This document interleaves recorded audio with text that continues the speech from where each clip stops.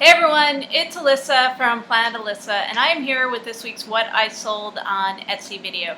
It has been a good week. I didn't meet my sales goal of $200 this week, but I did pretty well. I sold 12 items this week for a total of $185, so came pretty close to my goal, and really have not been doing as much listing and such as I hoped. It's been a busy week here. It was car inspection week for whatever reason. I had to get my car inspected. My boyfriend had to get his car inspected. They're in different states and different places that they have to go to get inspected. So we had like 2 whole days that were basically car inspection days. Although both those days I did some sourcing too and bought some stuff. So you know, I'm buying stuff, and I will be listing stuff too. I just have to find some time to actually get it done. But sales have been going pretty good, considering that I haven't really listed much, and hope they're going well for you too. I did not do the shop stats this week, I'm sorry, but I will show you each of the items that sold and how much they sold for. And keep in mind that the price you see is just the selling price of the item, so that doesn't include the shipping fees that the buyer pays, and doesn't include any fees that I pay to Etsy or what I paid to purchase the item. But without further ado, here are the items that I sold this week. First item that I sold this week was the set of 2 painted ceramic birds. I called them doves. They looked like doves to me. Pretty funky and pretty flowery style there that they were painted in, like a folk art style. They sold for $25 for the pair of them. This is something I picked up about a year ago at a church sale. And this is a vintage stamp album that I sold, and it did have some loose stamps in with it as well. Sold for $15. Just kind of like plain pages where you could just like have like sleeves you could stick the stamps in. And where did I get this? I don't remember. I'm thinking this one came from a thrift store. And then I sold this vintage flower sifter as well as the next item that you're going to see to the same buyer. Now what's interesting about this sifter is that you can make mistakes in your listings and still sell items. When this sold, I realized that I had written flower sifter and spelled flower F-L-O-W-E-R, like, you know, a flower that you would find outside, which wouldn't be so bad if this was illustrated with flowers, but it's not. As you can see, it's got fruit on it there, so it doesn't even have flowers on it. And yeah, I'm a dope and wrote F-L-O-W-E-R instead of F-L-O-U-R, and I still managed to sell this item. Might have sold a little quicker if I actually spelled flower correctly. I'm thinking this is one I picked up at an auction. And then, as I said, the same buyer also bought this, another kitchen item. It's a recipe tin, sold for $10, and this one I picked up at a thrift store not too long ago. This glass lampshade sold for $10. Now, I originally had it priced at $20 and marked it down to $10, put in the clearance section of my shop, because I have had this a long time.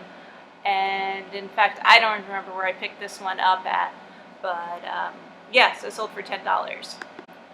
And I sold a vintage backgammon set. Now, this set sold for $30. It was a full-size set, but it did have damage. The handle was actually missing from the outside of the case. Like, the hinges were there where the handle would go, but the handle wasn't there. And somehow I didn't even realize this when I bought it. I bought this at a rummage sale back at the start of the summer. So, you know, I listed it, made very clear in the title and in the description that it did have damage and the handle was missing, and so I sold it for $30, which is a little bit less than I would charge if it was in better condition. I'd charge $40 for it if it had the handle.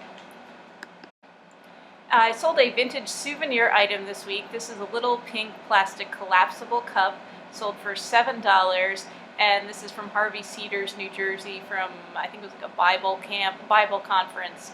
And I think I picked this up at a thrift store kind of a while ago. I sold this vintage Polaroid camera for $15. It's a dark green, like a hunter green.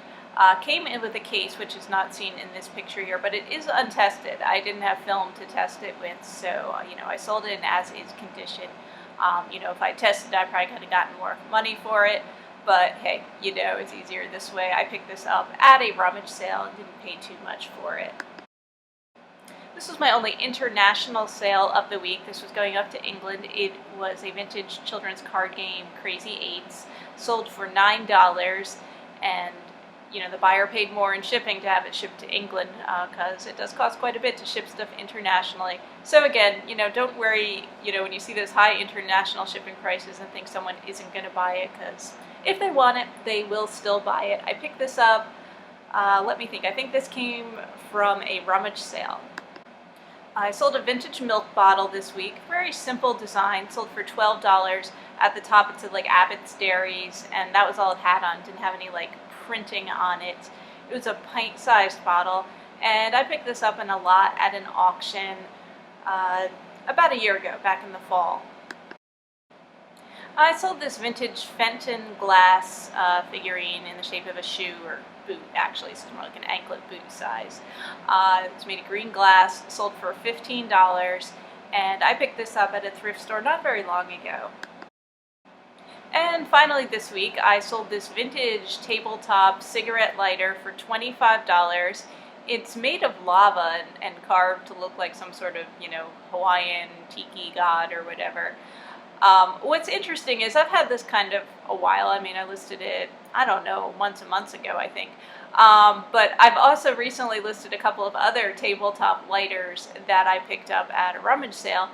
And so I feel like, that helps people find items. If you have multiple of a certain type of item, they might find that, they might, come for the listing of the monkey head lighter and then end up buying, the lava tiki god one.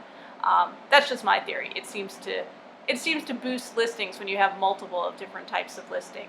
That's it, everyone. So thank you for watching. I do put out these videos every week showing the different vintage items that I've sold in my Etsy shop, Planned Alissa, and try to get some other videos out there. I know I haven't this week, but perhaps next week. I'm due to make some haul follow-up videos.